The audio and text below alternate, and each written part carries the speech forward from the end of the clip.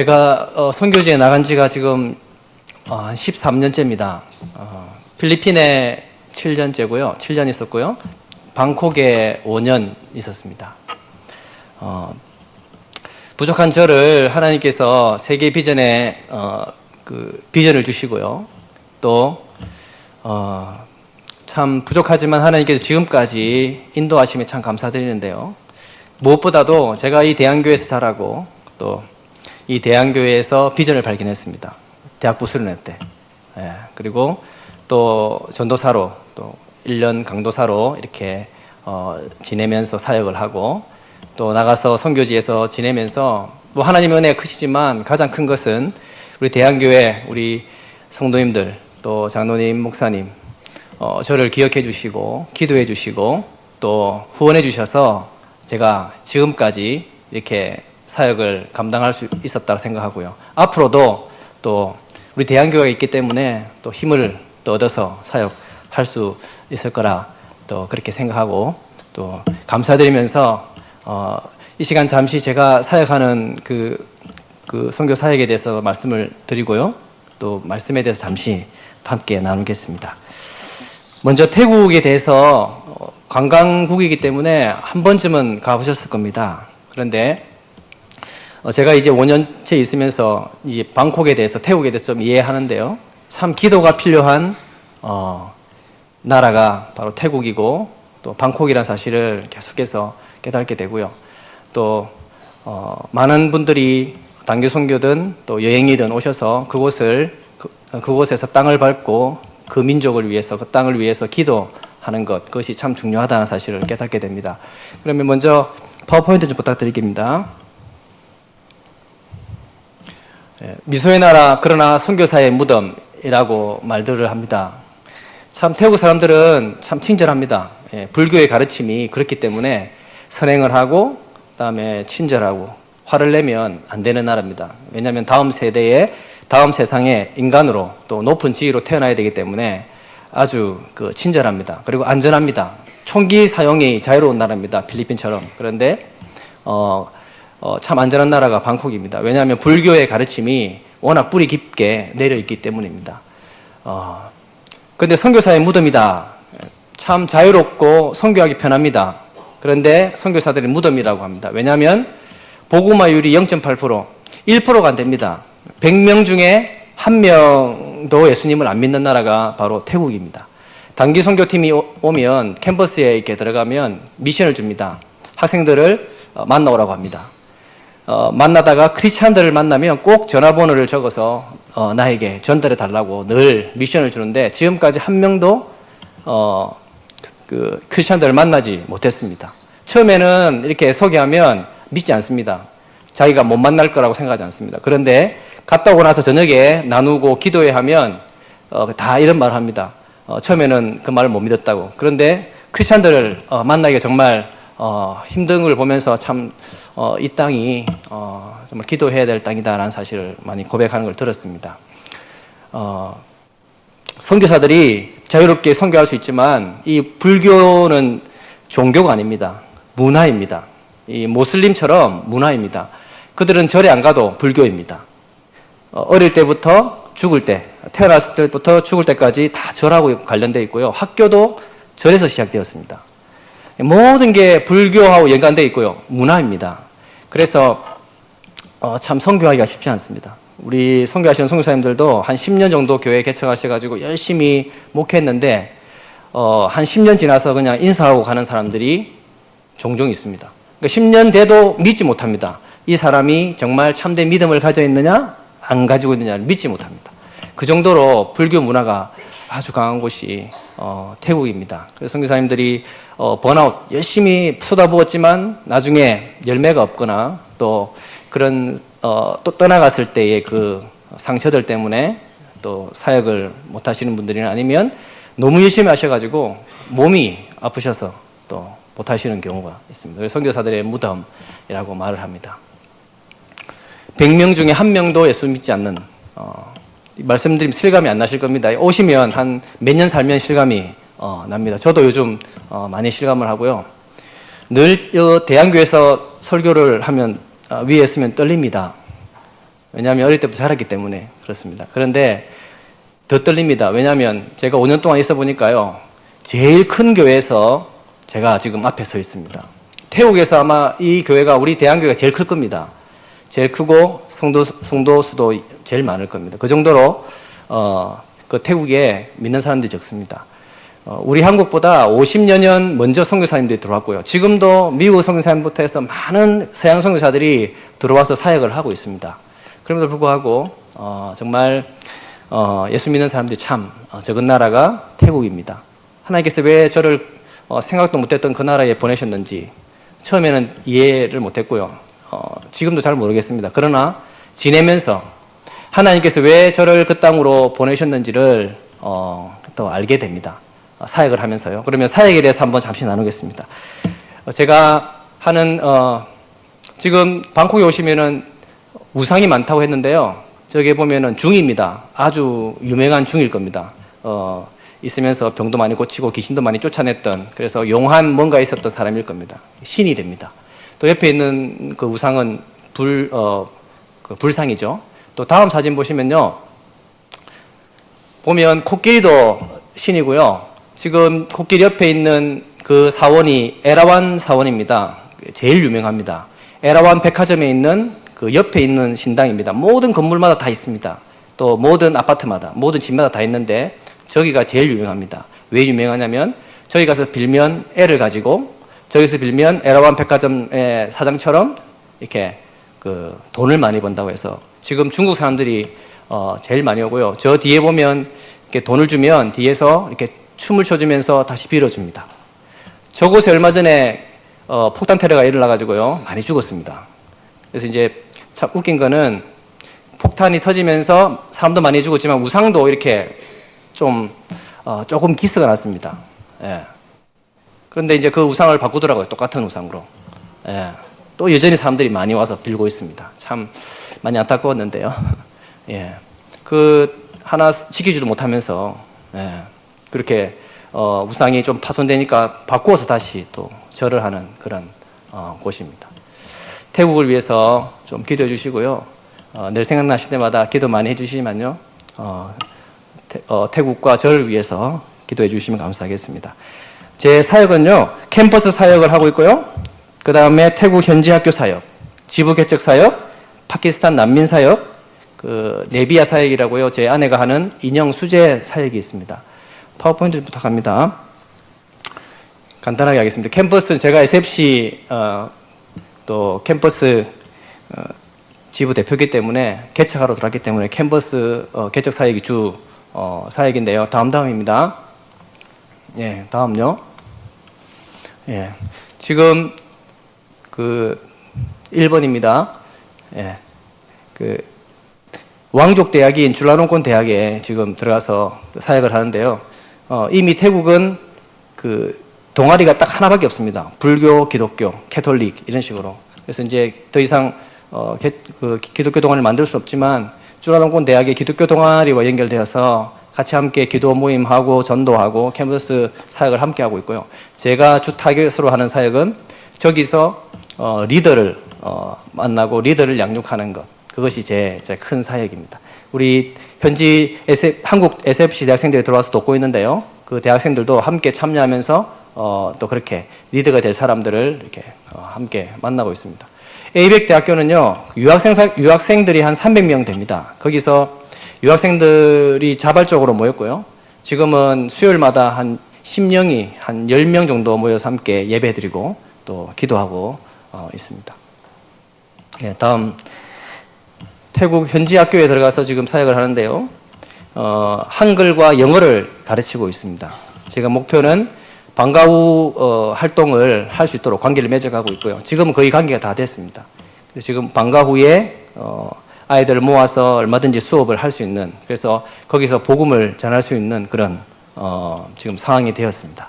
지금 사람이 부족하긴 부족한데요. 이 사역들을 계속 할 겁니다. 위해서 기도해 주셨으면 좋겠습니다. 다음은요.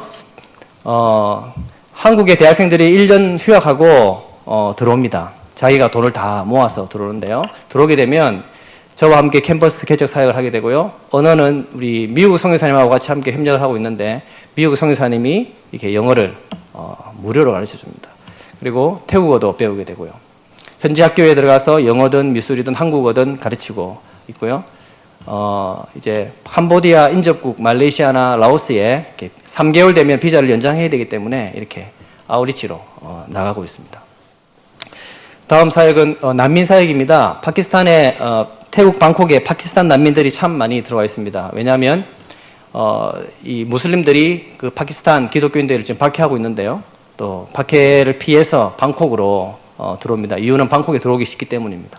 들어와서 이제 불법 체류자로 있다가 그 유엔 사무실이 있습니다. 유엔 사무소에 난민 신청을 하면 기다렸다가 이렇게 다른 나라로 가게 되는데 지금 아이들 한 30여 명이 됩니다. 30여 명의 아이들을 홈스쿨링 하고 있는데 거기에 한국의 어느 NGO 단체와 연결돼 가지고 그 렌트비를 지원하고 있고요. 그리고 공책과 연필들 이런 필기구들을 지원하고 있고요. 1년에 한 2번 정도 수영장에 데려가는 사역들을 지금 하고 있습니다. 다음 사역은 저희 아내가 하는 네비아 인형 수제 사역인데요. 다음입니다. 저희 아내가 예전에 한국에 있을 때 제가 전도사로 천안에 공부할 때 퀼트와 인형을 만들었습니다. 전도사 때 돈도 없는데 일본 천 조금이지만 그것을 사서 이렇게 퀼트를 하는 것. 저는 그때 마음은 좀 내키지 않았는데요. 그래도 혼자 있으니까 그걸 하면 좋겠다 해서 내비뒀는데 그것이 나중에 필리핀에서는 뭐 특별히 사역을 안 했었고요. 태국에 가니까 저런 인형과 그 퀼트를 만드는 기술을 가지고 이렇게 사역을 할 수 있었습니다. 지금 한 명이 저희 아내와 함께 일을 하고 있는데 그분은 지금 성경 공부에 참여하고 있습니다. 예수 믿으라는 소리 한 번도 안 했습니다. 그냥 사랑으로 이렇게 해주니까 자녀들도 학비 얼마 되지 않거든요. 또 지원해주고 또 사랑으로 그렇게 접근했더니 본인이 이렇게 예수 믿겠다고 이렇게 나오는 지금 그런 상황이고요. 저희 아내는 지금 네비아 사역에 지금 아주 바쁜 가운데 있습니다. 저희 아내도 이 사역을 통해서 또 많은 태국인들이 또 그런 기술을 배우고 또 예수님을 또 만날 수 있는 그런 기회가 될 수 있도록 또 기도해 주셨으면 감사하겠습니다. 예. 그러면 오늘 말씀에 대해서 한번 함께 나누기 원합니다. 이제 10월 달에 새생명 축제가 있다고 해가지고 고민을 많이 했었습니다. 왜냐하면 미리 제가 준비를 해왔는데 그런데 이 본문하고 아주 좀 비슷한 부분이 있고 맞는 부분이 있다 해서 참 속으로 하나님께서 이렇게 하셨구나라는 생각을 했는데요. 믿음의 역사를 체험하라 라는 제목으로 이렇게 말씀을 나누기 원합니다. 믿음의 역사 우리가 늘 체험하고 살아갑니다. 그런데 우리 그것들은 잘 느끼지 못하죠. 그것이 조그만 하나님의 역사인데도 우리가 너무 작기 때문에 모를 수 있습니다. 우리가 생각하는 하나님의 믿음의 역사는 뭐냐? 뭔가 좀 불가능한 것이 가능하고 뭔가 아주 큰 것을 생각하기 때문에 우리가 믿음의 역사를 체험하지 못하고 살아간다라고 생각할 수 있는데요. 믿음의 역사 중에 가장 큰 역사가 무엇이냐고 물어본다면 저는 죽었던 생명이 살아나는 거라고 생각합니다. 저도 아무런 한 것이 없는데 하나님께서 은혜로 제가 예수 그리스도를 믿고 새 생명을 얻은 것, 이것이 정말 내가 체험한 기적 중에 가장 큰 기적이라 생각하고요.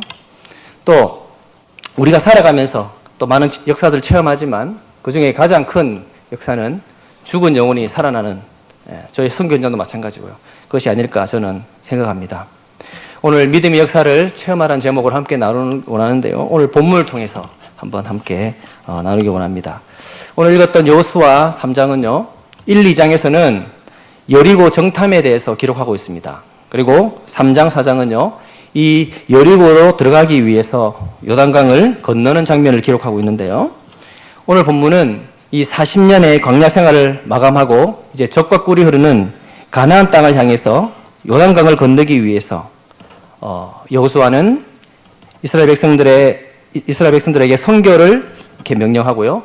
제사장들은 언약궤를 메고 백성들 앞서 행하라고 지시합니다.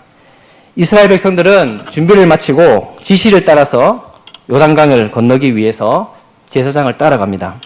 그러나 그들 앞에 가장 높은 수위의 그런 시기인 요단강이 기다리고 있었습니다.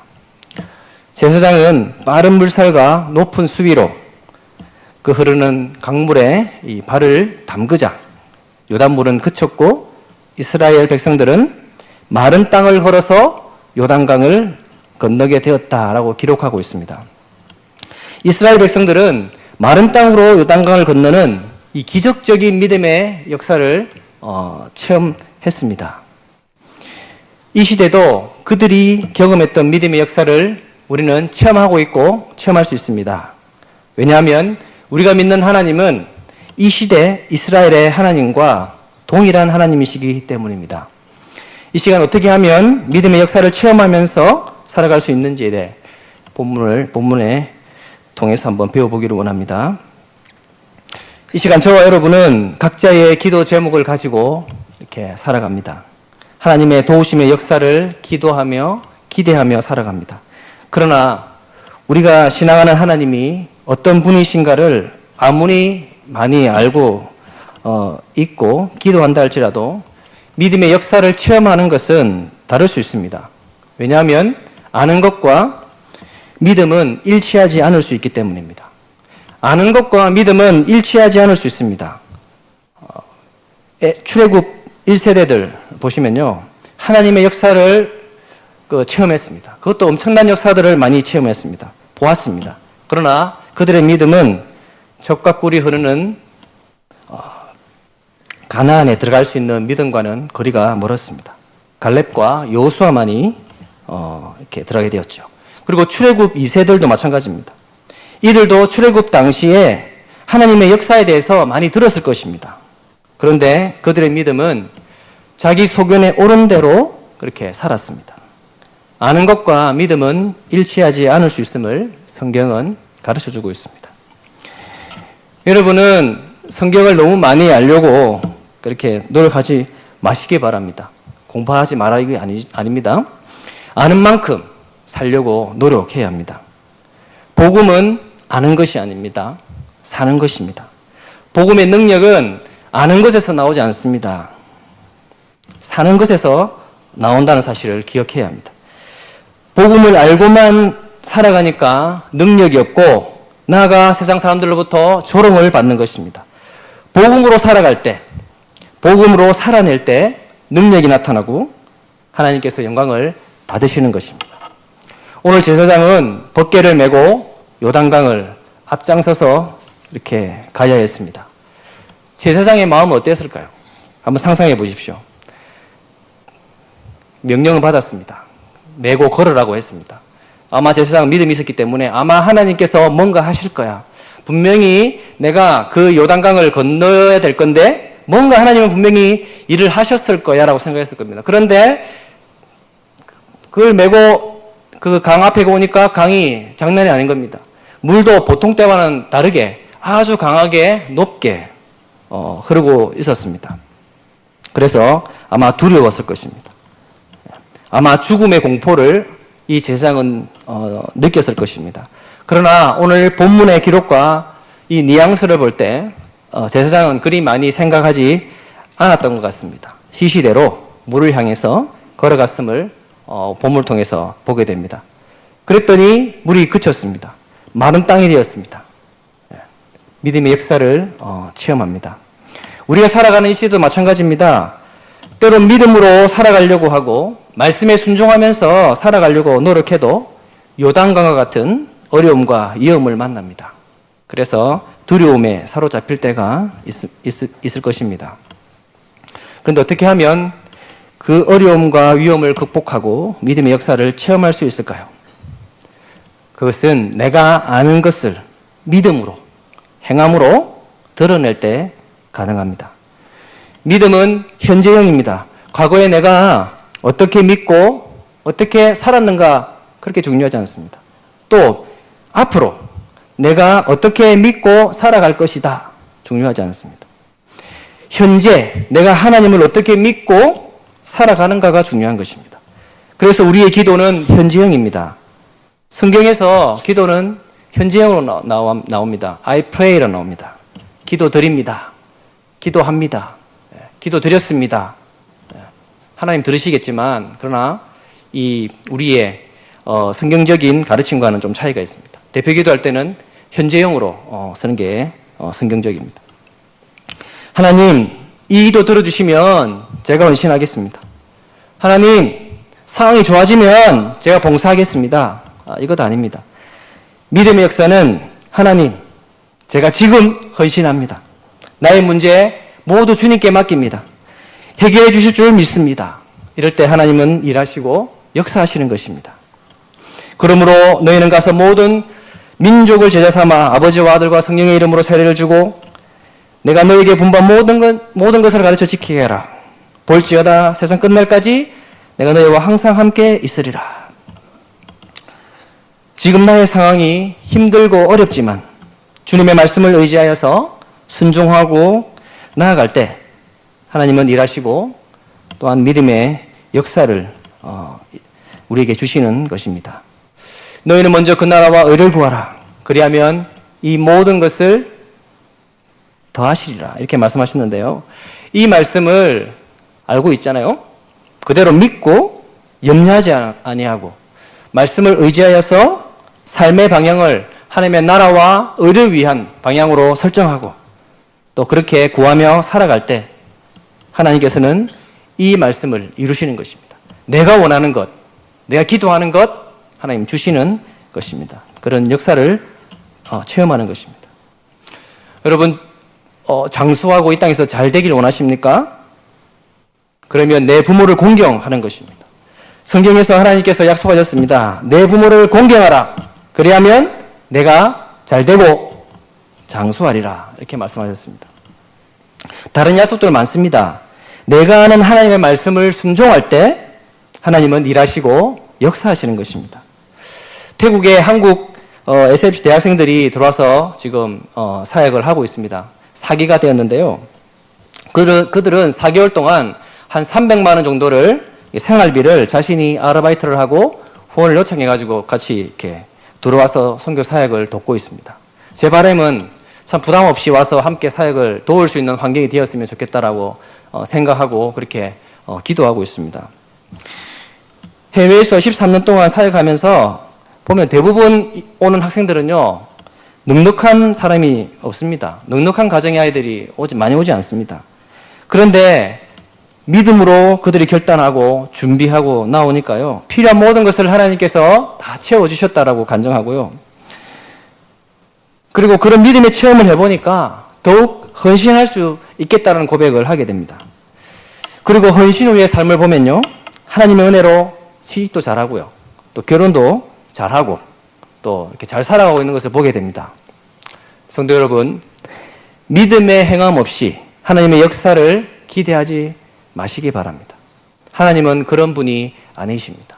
오늘 아침에 오전에도 말씀하셨지만요, 이 전도할 그 영혼들을 품고 기도할 뿐만 아니라 그들에게 다가가서 관계를 맺고 또 그걸 통해서 하나님께로 인도하는 것, 그런 수고 없이 되지 않는다는 것입니다. 하나님의 그 기뻐하시는 영혼 구원, 전도와 선교, 이거 우리가 주님 오실 때까지 해야 되는데 이 일 하나님이 기뻐하시는데요, 이 일을 위해서 우리가 정말 행함으로 또 수고로 애쓸 때 하나님은 정말 그러한 믿음의 역사, 구원의 역사, 생명의 역사를 우리에게 줄 줄 믿습니다. 내가 알고 있는 말씀에 대해서 전적으로 순종하여서 믿음의 체험을 풍성히 누리며 살아가며 하나님께 영광 돌리는 삶을 살아가는 저와 여러분의 삶이 되시기를 예수님의 이름으로 축복합니다.